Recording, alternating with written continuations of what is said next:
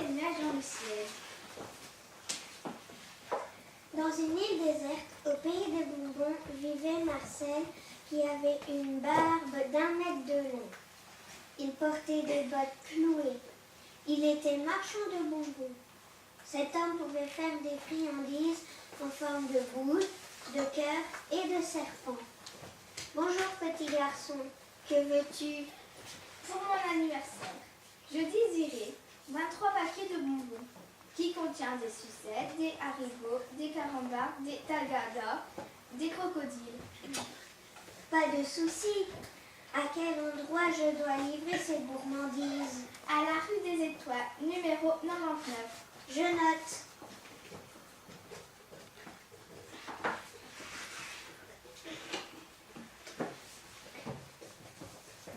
Un jour, dans son atelier, Marcel eut une idée. Il voulait créer de la barbe à papa. Le marchand réussit à faire de la barbe à papa de toutes les couleurs.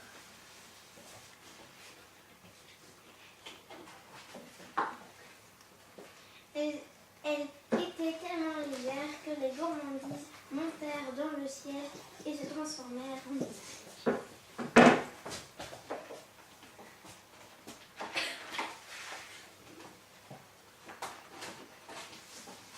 Tout à coup, au pays des bonbons, il plut tellement que les nuages perdirent leurs magnifiques couleurs. Les couleurs se rassemblèrent pour créer un arc-en-ciel. C'est ainsi que les nuages deviennent blancs.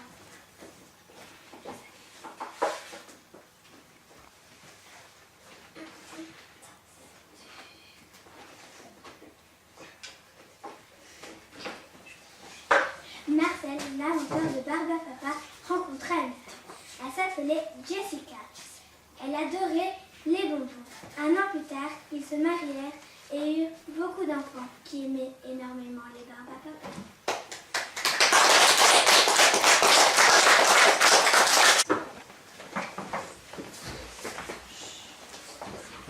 Pourquoi le caméléon a-t-il plusieurs couleurs? Il était une fois un caméléon femelle qui s'appelait Caméléon. Elle n'avait qu'une couleur, le mauve. Celle-ci était à la recherche de plusieurs couleurs, qui étaient le jaune, le orange, le rouge, le rose, le bleu et pour finir le vert. Elle décida d'aller chercher dans les drapeaux des pays du monde.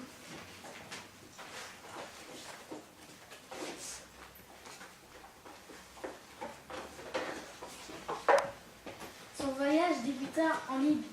Caméléon sauta dans le drapeau de ce pays. Malheureusement, il y a des dangers, comme la guerre. Mais c'est une courageuse. Elle alla jusqu'au bout de sa route. Le caméléon rencontra un méchant et encore plein d'autres. Et elle leur injecta du mauve, sa couleur corporelle. En Libye, elle vola la couleur verte. Après une longue route, elle alla en Belgique, le pays des tripes, et rencontra M. Tuche. Elle lui expliqua son problème. Alors cet homme lui conseilla: va à la friterie, tu trouveras du jaune, mais pour cela tu dois manger des frites que j'ai faites. Celle-ci accepta de goûter cette étrange nourriture et devint jaune. Elle cria: merci beaucoup, je repasserai vous revoir, mais maintenant je dois aller en Côte d'Ivoire pour la couleur orange.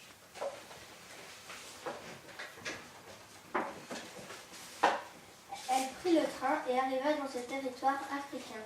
Elle s'inséra dans le drapeau de la Côte d'Ivoire et elle trouva sa couleur.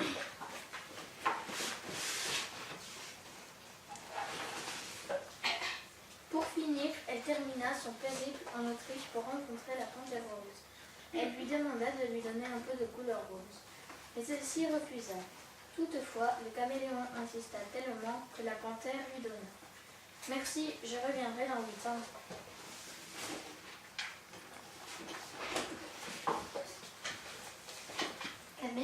Caméléon n'était toujours pas satisfaite. Elle souhaitait posséder la couleur bleue et rouge. Alors elle alla au ciel pour accueillir la couleur bleue. Elle demanda à Jésus si elle pouvait avoir le bleu en s'agenouillant devant lui et il dit oui. Voilà une nouvelle couleur. Il ne resta plus que le rouge.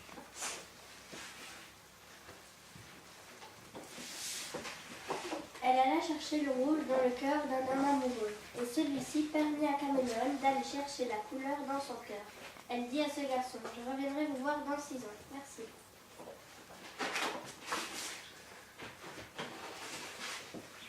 Et voilà pourquoi le caméléon possède différentes couleurs. La femelle fit une grande fête pour annoncer la nouvelle à ses camarades.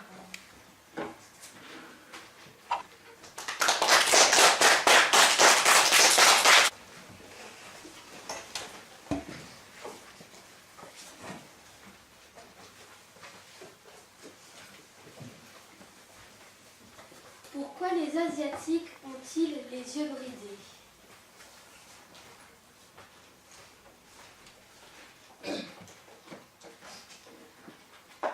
Autrefois, les Français travaillaient dans une usine de produits très dangereux avec de grandes combinaisons qui résistaient à toutes sortes de liquides qu'ils avaient déjà testés. C'étaient de grands scientifiques, heureux, riches et surtout très intelligents.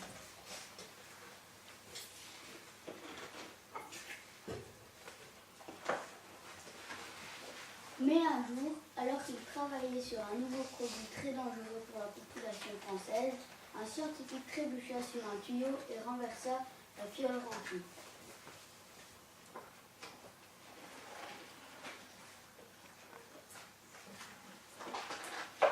En tombant, la mixture se répandit en fumée, rentra dans la combinaison des scientifiques et leur fit sortir les yeux de leur orbite.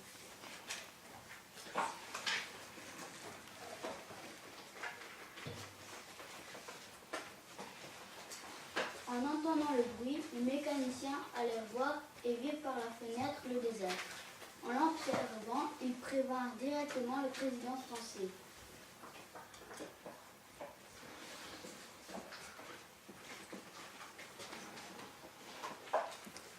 Les journalistes entendirent la nouvelle et en firent un scandale.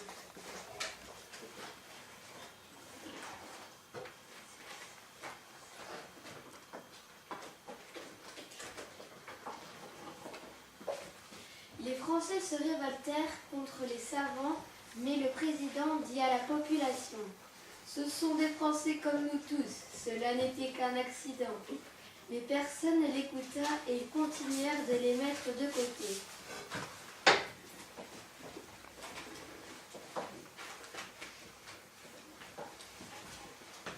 Une semaine plus tard, les scientifiques se regroupèrent pour discuter de ce gros problème. Il faut qu'on parte d'ici. Mais comment allons-nous faire ? Nous allons prendre un avion. Louons un avion privé et nous partirons ce soir. Oui, génial, à ce soir.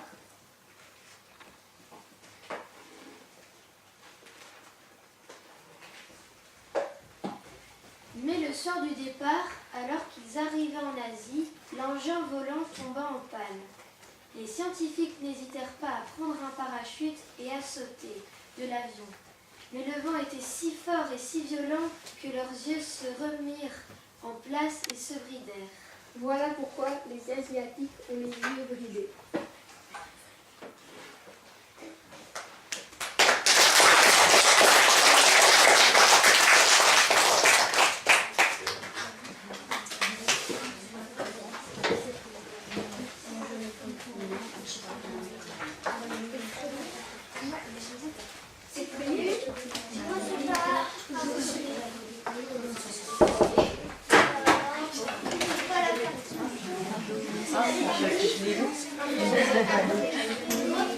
Lilou, c'est pas ça.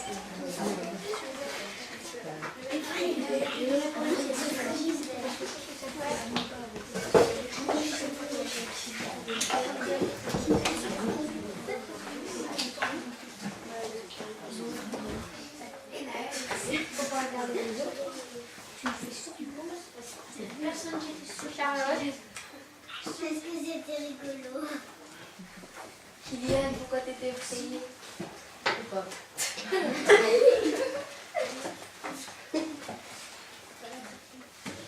Alice, Parce que c'était chouette. Lola, Parce que c'était bien.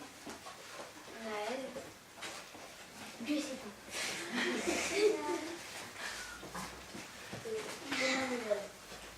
Mais parce que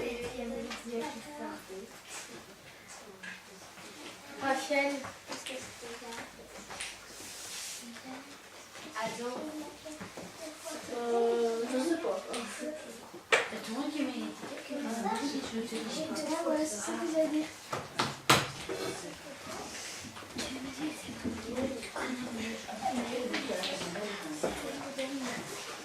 Louise, on me donne ça. Parce que j'aime bien.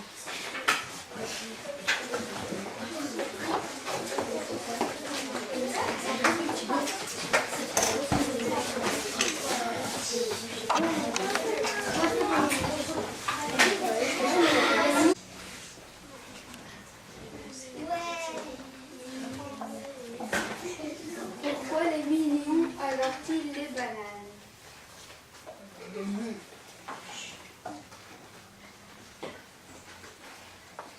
Autrefois, au temps des dinosaures, il existait des créatures vertes fluo surnommées les mignons. Ils vivaient sur une petite île.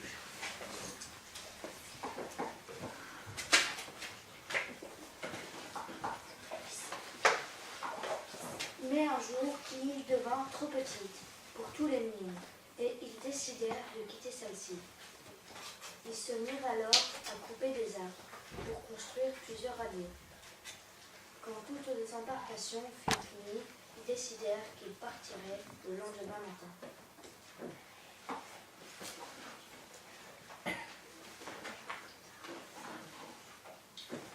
Quand ils furent partis dans la mer, le temps se dégrada. Il y avait beaucoup de vent et des énormes vagues.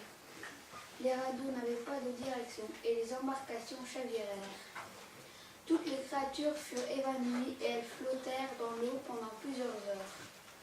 Les mignons arrivèrent alors sur des terres inconnues.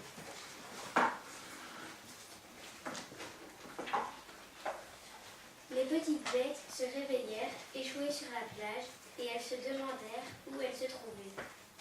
Elles virent alors d'énormes dinosaures et eurent peur d'eux. Plus tard, ils se rendirent compte qu'ils n'avaient rien à manger. Ils partirent alors à la recherche de nourriture.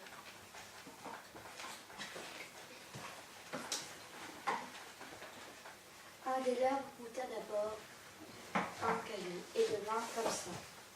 Un autre goûta de l'eau et devint dégoulinant. Encore un goûta une feuille et prit sa forme.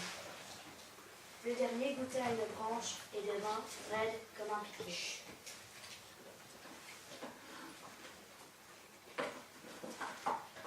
Tous mangeaient de faim et étaient désespérés de ne rien avoir à se mettre sous la dent. Le lendemain, les 4 goûteurs étaient redevenus normaux, comme par magie. Finalement, l'un d'eux décida que cela serait lui qui trouverait à manger. Il s'appelait Maurice. Tan, tan, tan.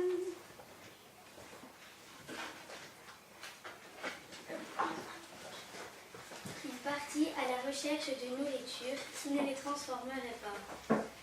Il trouva une jungle avec beaucoup d'arbres et d'étranges fruits jaunes dessus. Maurice essaya d'en faire tomber un en cognant l'arbre, mais à la place d'un seul fruit, toute une grappe lui tomba dessus. Il goûta un fruit et au lieu de prendre sa forme, il prit seulement sa couleur.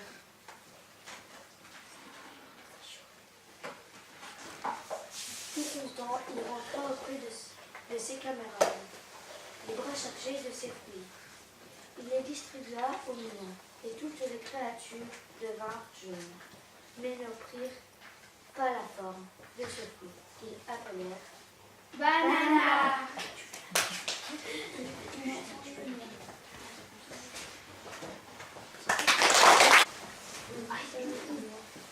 Pourquoi les nains sont-ils petits?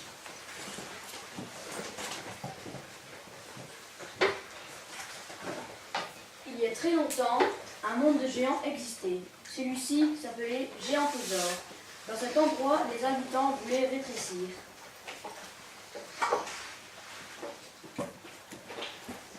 Sur cette planète, il y avait un géant qui s'appelait Gladioris.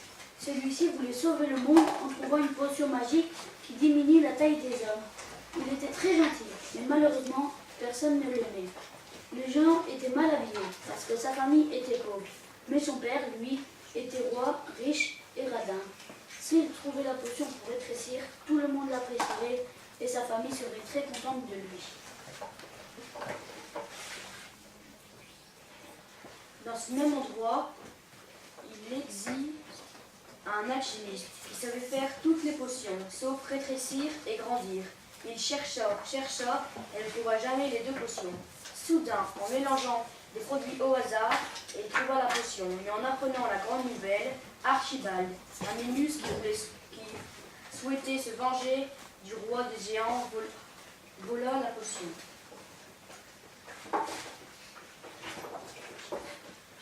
Un mois après, Gladiolus alla faire une balade dans les montagnes et trouva un vaisseau spatial.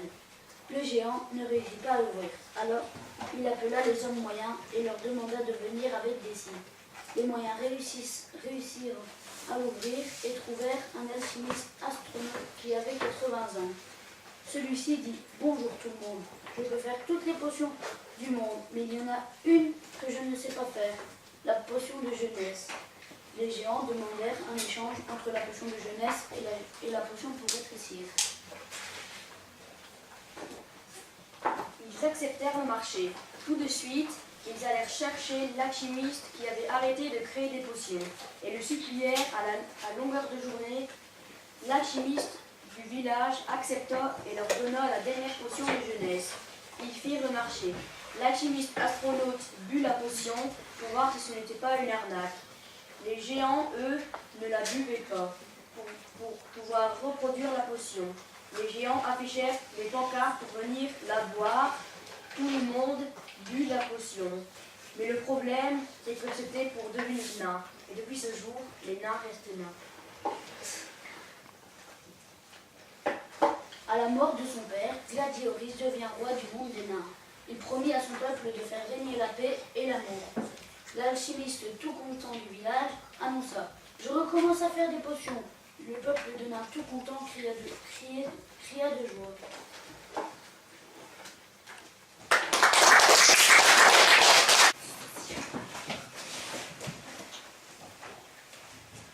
Pourquoi y a-t-il des nuages dans le ciel? Dans une île déserte, au pays des bonbons, vivait Marcel, qui avait une barbe d'1 mètre de long. Il portait des bottes clouées. Il était marchand de bonbons. Cet homme pouvait faire des friandises en forme de boules, de cœurs et de serpents. Bonjour petit garçon, que veux-tu? Pour mon anniversaire, je désirais 23 paquets de bonbons qui contient des sucettes, des haribots, des carambars, des dagadas, des crocodiles. Pas de souci. À quel endroit je dois livrer ces gourmandises? À la rue des Étoiles, numéro 99. Je note.